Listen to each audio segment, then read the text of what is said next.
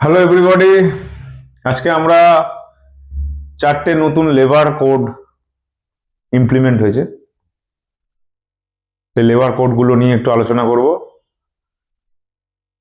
এগুলো 2019-এ একটা আর 2020-তে বাকি তিনটে অলরেডি নোটিফিকেশন হয়ে গেছিল, তো এখন ইমপ্লিমেন্ট হয়েছে এবং 29খানা টোটাল যে পুরনো লেবার কোড, লেবার ল ছিল সেন্ট্রাল গভর্নমেন্টের, সেইগুলোকে রিপ্লেস করে এই চারটের মধ্যে সবকটাকে কনসলিডেট করেছে এবং আরো ভালোভাবে ফ্রেম করেছে। সেটা একটু আলোচনা করা যাক। চারটে new labour code universal coverage, সবাইকেই কভার করছে, লোয়ার গ্রেডেড ওয়ার্কার থেকে শুরু করে আপার গ্রেডেড সবাইকেই কভার করছে। প্রথম হচ্ছে কোড অফ ওয়েজেস 2019, তারপর হচ্ছে industrial relation code 2020, code on social security 2020, occupational safety health and working condition OSHWC, occupational safety health and working condition 2020। কবে এফেক্ট হচ্ছে? 21শে নভেম্বর 2025 থেকে এফেক্টিভ। 20খানা ওল্ডার সেন্ট্রাল লেবার লকে রিপ্লেস করছে, যেমন কিছু ছিল minimum wages act, payment of gratuity act, ESI act, maternity benefit act, এগুলোকে রিপ্লেস করছে। তো এগুলোর প্রত্যেকটা একটুখানি ডিটেলস করে নেওয়া যাক। তো এবার হলো code of wages 2019। Code of wages কি বলছে?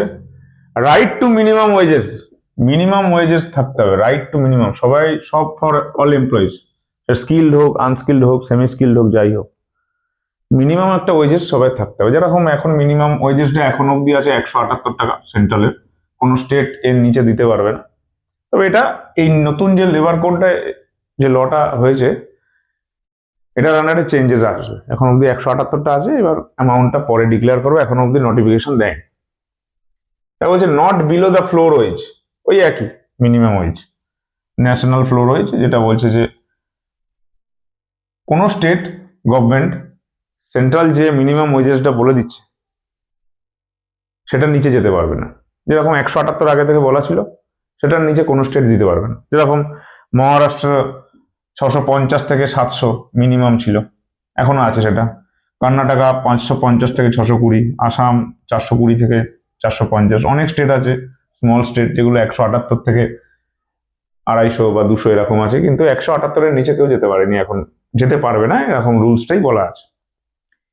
এবং পরে যদি এটাকে 900 টাকা, 950 টাকা, 1000 টাকা কি 1200 টাকা যেটাই করুক না কেন, সেটার নিচে কোনো স্টেট যেতে পারবে না। তার উপরে যেতে পারে, কিন্তু কোনো স্টেট তার নিচে যেতে পারবে না। সেটাই বলেছে, right to minimum wages not below the floor wage, state can not fixed, state fix করতে পারবে না।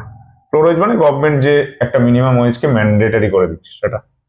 তাহলে জেন্ডার ইকুয়ালিটি মানে হচ্ছে equal pay for equal work, মানে যা কাজ করব আমি, কি একটা মহিলা যাই করুক না কেন, যে যাই করুক না কেন, সমান কাজের জন্য সমান বেতন। ওকে, তারপরে আসছে overtime wages, at least 2 times of natural normal wages. Normal যে ওয়েজেস, যদি নর্মাল ওয়েজেস থাকে 500 টাকা, ওভারটাইম করলে অ্যাটলিস্ট 2 টাইমস মানে 1000 টাকা তাকে ওভারটাইমে দিতে হবে। এটা হচ্ছে কোড অফ ওয়েজেস 2019। এবার চলে আসছি next, industrial relation code. Industrial relation code 2020 কি বলছে? বলছে direct tribunal access within 90 days, 90 দিনের মধ্যে যে কেউ ডাইরেক্ট ট্রিবিউনাল, ইন্ডাস্ট্রিয়াল ট্রিবিউনাল যেটা, যেমন সেন্ট্রাল গভর্নমেন্ট এমপ্লয়িদের জন্য ক্যাট আছে, তেমনি ইন্ডাস্ট্রিয়াল ওয়ার্কারদের জন্য ইন্ডাস্ট্রিয়াল ট্রিবিউনাল আছে। তো 90 দিনের মধ্যে যদি কোনো ডিসপুট কনসাইল না হয়, কনসাইল মানে কি মীমাংসা না হয়, তাহলে সে 90 দিনের মধ্যে ডাইরেক্ট ট্রিবিউনালে কেস করতে পারে। যেটা আগে ছিল দুম করে টার্মিনেট করে দিল, কোনো কারণ নেই, গভর্নমেন্টের রেফারেন্স আসবে তারপর সে ট্রিবিউনালে যাবে। তো এখন সেরকম কিছু নেই, বলে ডাইরেক্ট সে ট্রিবিউনালে যেতে পারে। নেক্সট বলছে fixed term workers get equal pay benefit as permanent workers, মানে gratuity with after 1 year permanent এমপ্লয়িরা যেরকম পায়। কিছু ক্ষেত্রে দেখা গেছে যে কোনো একটা ব্যক্তিকে পার্মানেন্ট এমপ্লয়ি যেরকম কাজ করে সেরকম ফিক্সড একটা টাইম পিরিয়ডের কাজ তাকে দেওয়া হয়েছে, কিন্তু পেমেন্টে ইকুয়াল দেওয়া হতো না। তো সেটাই বলছে যে ফিক্সড টার্ম ওয়ার্কার, তুমি একটা ফিক্সড পিরিয়ডের জন্য কাজ করাচ্ছ, তাহলে সেই পিরিয়ডে পার্মানেন্ট এমপ্লয়ি যেরকম বেতন পাচ্ছে ঠিক সেরকমই তাকেও দিতে হবে। যেমন গ্র্যাচুইটি 1 বছরের মধ্যে 1 বছর পরে দেয়া হয় সেরকম। তারপর বলছে স্ট্রাইক ইউনিয়ন যদি করে 14 দিনের নোটিশ একটা আগে দিতে হবে, 14 দিন আগে একটা নোটিশ দিতে হবে। তারপর বলছে ট্রেড ইউনিয়ন রিকগনাইজেশন, 51% মেম্বারশিপ হলেই ইউনিয়ন রিকগনাইজেশন পাবে।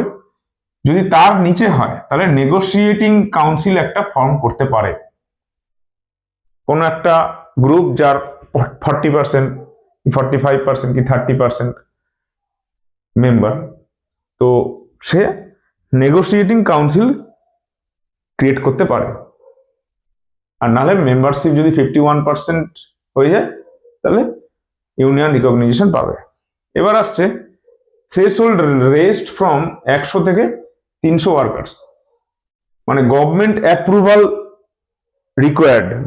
দুম করে তুমি বন্ধ করে দিতে পারো না, একটা ফ্যাক্টরি দুম করে বন্ধ করে দিলে, আগে ছিল যে মিনিমাম 100 জনের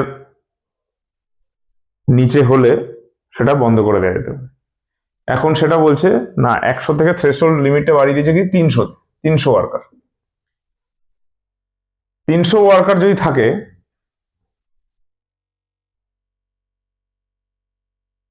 300 ওয়ার্কার যদি থাকে বা তার বেশি, তাহলে গভর্নমেন্টের অ্যাপ্রুভাল ছাড়া তুমি বন্ধ করতে পারো না, মানে লে অফ বা রিট্রেঞ্চ এগুলো করতে পারবে না, মানে ছাঁটাই করা বা কিছু করতে পারবে না। আগে 100টা ছিল, দেখা গেল হয়তো 98টা এমপ্লয়ি আছে, তো সেখানে ফ্যাক্টরি বন্ধ করে দিল, কিন্তু এখন বলছে সেটাকে করে দিচ্ছে 300 অব্দি।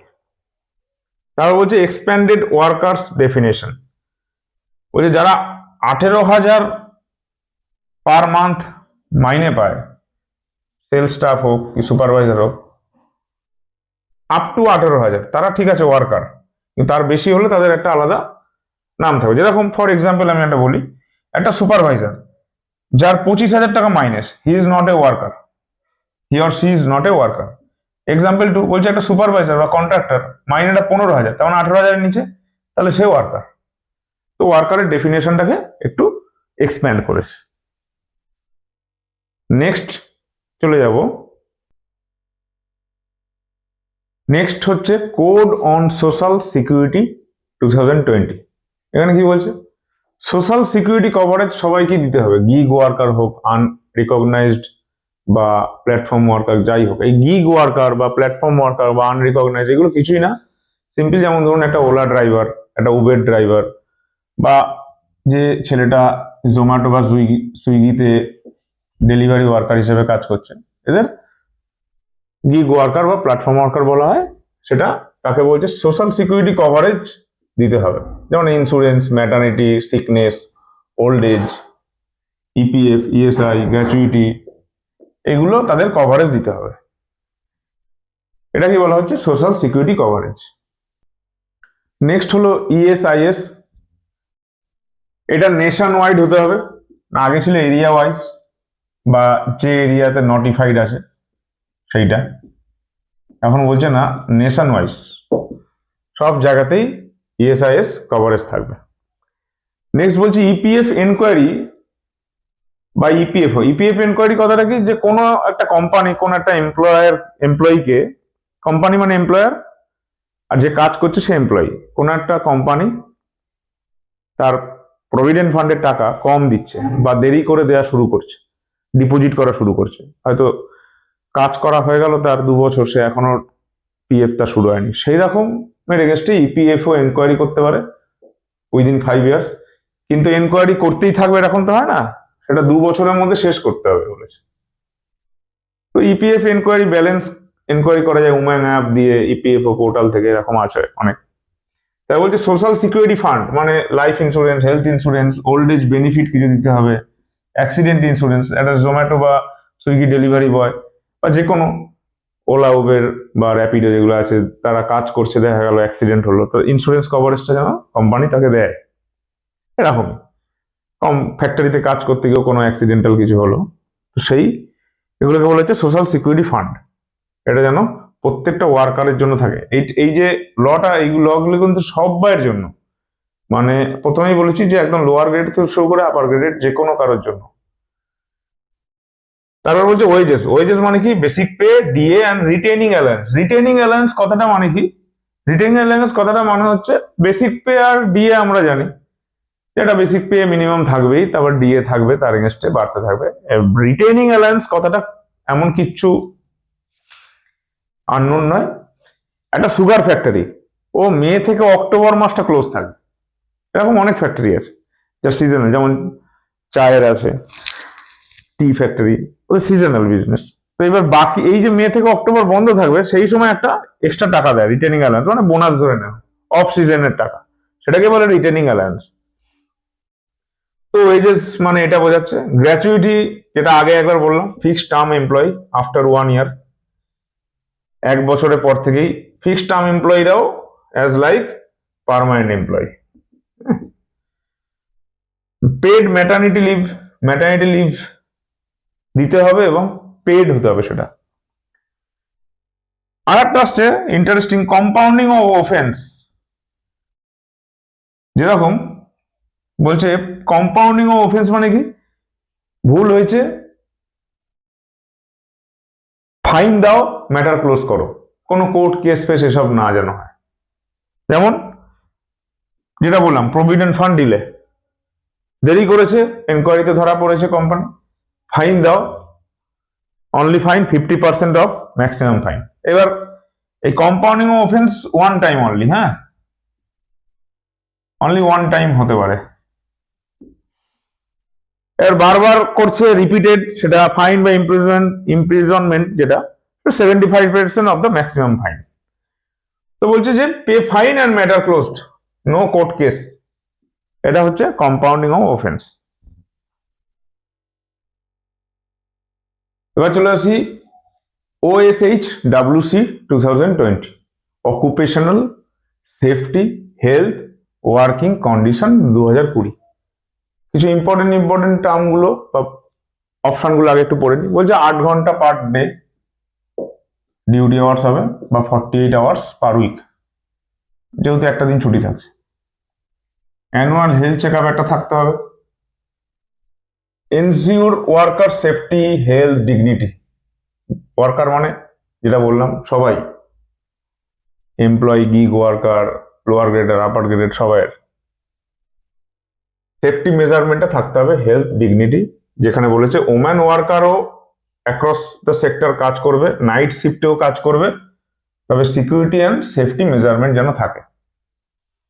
ইন্টারস্টেট মাইগ্রেন্ট, একটা স্টেট থেকে আরেকটা স্টেট বা একটা ডিস্ট্রিক্ট থেকে আরেকটা ডিস্ট্রিক্ট গেলেও যখন মাইগ্রেন্ট করাচ্ছে, বছরে যেন একটা ট্রাভেলিং অ্যালায়েন্স তাদের দেয়। ম্যান্ডেটারি অ্যাপয়েন্টমেন্ট লেটার, সবাই যেন অ্যাপয়েন্টমেন্ট লেটার থাকে। তারপর বলছে at least 50% of fine imposed on offenders, যারা ভিকটিম বা ভিকটিম যে এমপ্লয়ি যে মারা গেল, তার ফ্যামিলিকে যেন অন্তত 50% অফ দ্য ফাইন, যে ফাইনটা ইম্পোজ করা হয়েছে তার 50% যেন ইমিডিয়েট পে করা হয়। তারপর বলছে ইলেকট্রনিক রেজিস্ট্রেশন, 10টার বেশি এমপ্লয়ি হলে যেন ইলেকট্রনিক রেজিস্ট্রেশন হয়, মানে ডিজিটাল ওয়েতে। এবার বলছে সেফটি কমিটি, সেফটি কমিটি যেন একটা তৈরি হয়, যদি 500টার বেশি ওয়ার্কার্স বা এমপ্লয়ি থাকে, সেফটি কমিটি যেন একটা হয়। এবার চলে আসছি contract labour threshold. Contract labour থ্রেশহোল্ডটা কি বলছে? 20 থেকে 50 করেছে, মানে বলছে প্রথমে তো কন্ট্রাক্টরের লাইসেন্স থাকতে হবে, তারা বলছে যে কন্ট্রাক্টর যদি একটা ফ্যাক্টরিতে 50 জন এবং তার বেশি থাকে, তবে গিয়ে তারা এই আইনের মধ্যে আসবে, নালে আসবে না। ওকে, এটাকে বলে কন্ট্রাক্ট কন্ট্রাক্টর লেবার থ্রেশহোল্ড বা কন্ট্রাক্ট লেবার থ্রেশহোল্ড। নেক্সট বলছে ফ্যাক্টরি থ্রেশহোল্ড। ফ্যাক্টরি থ্রেশহোল্ডটা কি বলছে?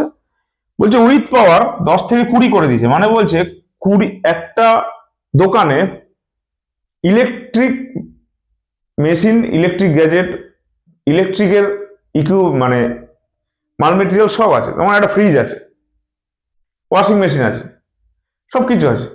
ইলেকট্রিক দিয়ে অনেক কাজ হয় ওখানে, ইলেকট্রিক সাপ্লাই দিয়ে। সেটাকে পাওয়ার বলছে। বলছে যদি 20টার ওয়ার্কারের বেশি থাকে, মানে আগে 10টা করেছে, এখন 20টা ওয়ার্কার করে দিয়েছে উইথ পাওয়ার, তাহলে গিয়ে তারা ফ্যাক্টরিতে রিকগনাইজড হবে। উইদাউট পাওয়ার, ইলেকট্রিক নেই, কারেন্ট নেই, সেখানে কোনো ইলেকট্রিক সাপ্লাই নেই, তাহলে বলছে 40টা ওয়ার্কার হলে তবে গিয়ে সে ফ্যাক্টরি রিকগনাইজেশন পাবে। ফ্যাক্টরি রিকগনাইজেশন মানে একটা দোকানে যদি 15 জন লোক থাকে, 15 জন লোক আছে, ইলেকট্রিকও সাপ্লাই আছে, ফ্রিজ আছে, এসি আছে, সব আছে, কিন্তু আছে কজন? 15 জন, কিন্তু দরকার কজন? 20 জন, তাহলে ওটা ফ্যাক্টরি হবে না। ফ্যাক্টরি বলে তাকে ঘোষণা করা হবে না, তার মানে এই লয়ের আন্ডারে সে আসছে না, তার মানে এমপ্লয়মেন্টটা বাড়িয়েছে। আবার যে ফ্যাক্টরিতে কোনো পাওয়ার সাপ্লাই নেই, ইলেকট্রিক নেই, সেটাকে বলেছে 40টা ওয়ার্কার থাকলে তবে গিয়েই আমি ফ্যাক্টরি বলে তোমাকে ঘোষণা করব, তবে গিয়ে তুমি এই আইনের আন্ডারে পড়বে। এমন কোন দোকান, এমন কোন ফ্যাক্টরি যেখানে পাওয়ার সাপ্লাই নেই কিন্তু 20 জন কাজ করছে, তাহলে সেটা ফ্যাক্টরি নয়। 30 জন কাজ করছে, ফ্যাক্টরি নয়। 40 জন কাজ করছে বা 41, 42, 43 জন কাজ করছে কিন্তু পাওয়ার সাপ্লাই নেই, তাহলে কি সেটা ফ্যাক্টরি, এবং এই আইনের আন্ডারে আসছে। আর কন্ট্রাক্টরের আন্ডারে কি বললাম? কন্ট্রাক্টর যদি একটা ফ্যাক্টরিতে 50 জন বা তার বেশি থাকে, তবে গিয়ে তাদের কন্ট্রাক্টর হিসেবে ধরা হবে এবং তারা তখন এই আইনের আন্ডারে আসবে, নাহলে আসবে। ওকে, থ্যাংক ইউ এভরিবডি।